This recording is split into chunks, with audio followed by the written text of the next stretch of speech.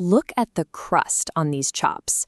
Hitting a perfectly crusted, edge-to-edge finish on a thick cut of pork is satisfying. Doing it perfectly for 50 people at once? That requires a system. This is Protocol DBP-C1. It is a logistical, heavy armor solution engineered specifically for scalable catering and mass deployment. We execute this in 4 distinct phases: a wet cure, a cold smoke, a cryostaging period, and a rapid high-heat thermal extraction. When scaling up for a crowd, relying on feel or instinct will cause you to fail. By adhering to strict thermodynamics, we can lock in a perfectly uniform result across the entire batch, every single time. Phase 1 begins with the preservation hydromatrix. Before mixing, zero out a digital gravimetric scale.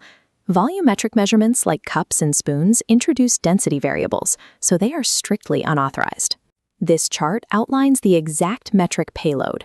Dissolve 45 grams kosher salt, 15 grams curing salt, and 80 grams dark brown sugar into 2,000 grams cold water, stabilizing it with 45 grams apple cider vinegar, plus ginger and crushed garlic.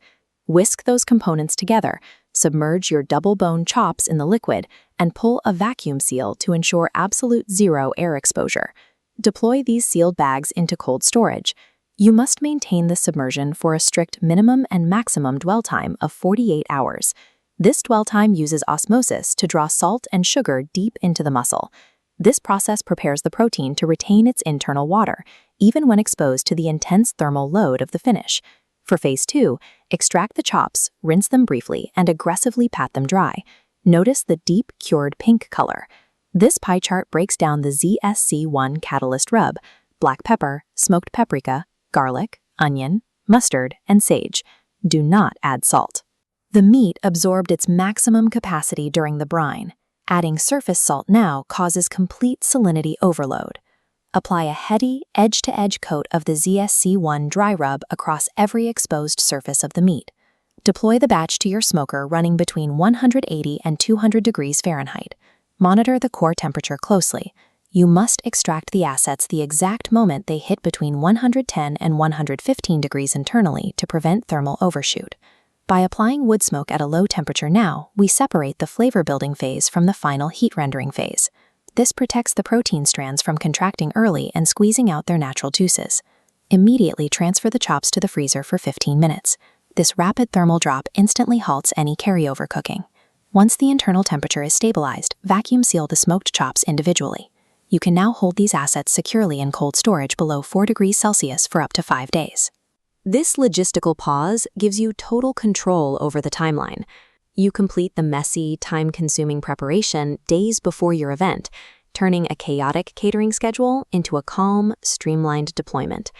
On the day of service, activate Phase 4. Drop the vacuum-sealed bags into a 138 degrees Sous Vide water bath for 2 to 3 hours. Extract the chops from the bags and dry the exterior surfaces with extreme prejudice. Use paper towels and press hard. If you skip drying, residual surface water instantly converts to steam, creating a repelling thermal barrier that boils the pork instead of searing it. Remove the water, and the meat locks directly onto the iron, transferring maximum conductive heat and triggering the Maillard reaction. Now deploy the radiant bath. Place your cast iron skillet under an intense high-heat infrared broiler until the metal is screaming hot. Drop the chops onto the iron for exactly 60 seconds per side.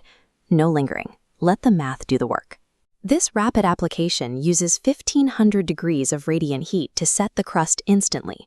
By limiting the exposure to exactly 1 minute, you prevent the conductive heat from traveling deep enough to create a dry, overcooked gray band. Inspect the final assets for a uniform, mahogany finish across the entire surface. This indicates a successful Maillard reaction that has reached full structural lock without charring the underlying protein. You are now looking at a flawless, engineered protein delivered to a massive crowd with less than 5 minutes of active cooking time on the day of the event. Check the description below for the exact metric payload weights used in this protocol and subscribe to receive clearance for our upcoming live fire testing. Stop guessing at the grill, start engineering your cooks, and eat above your class.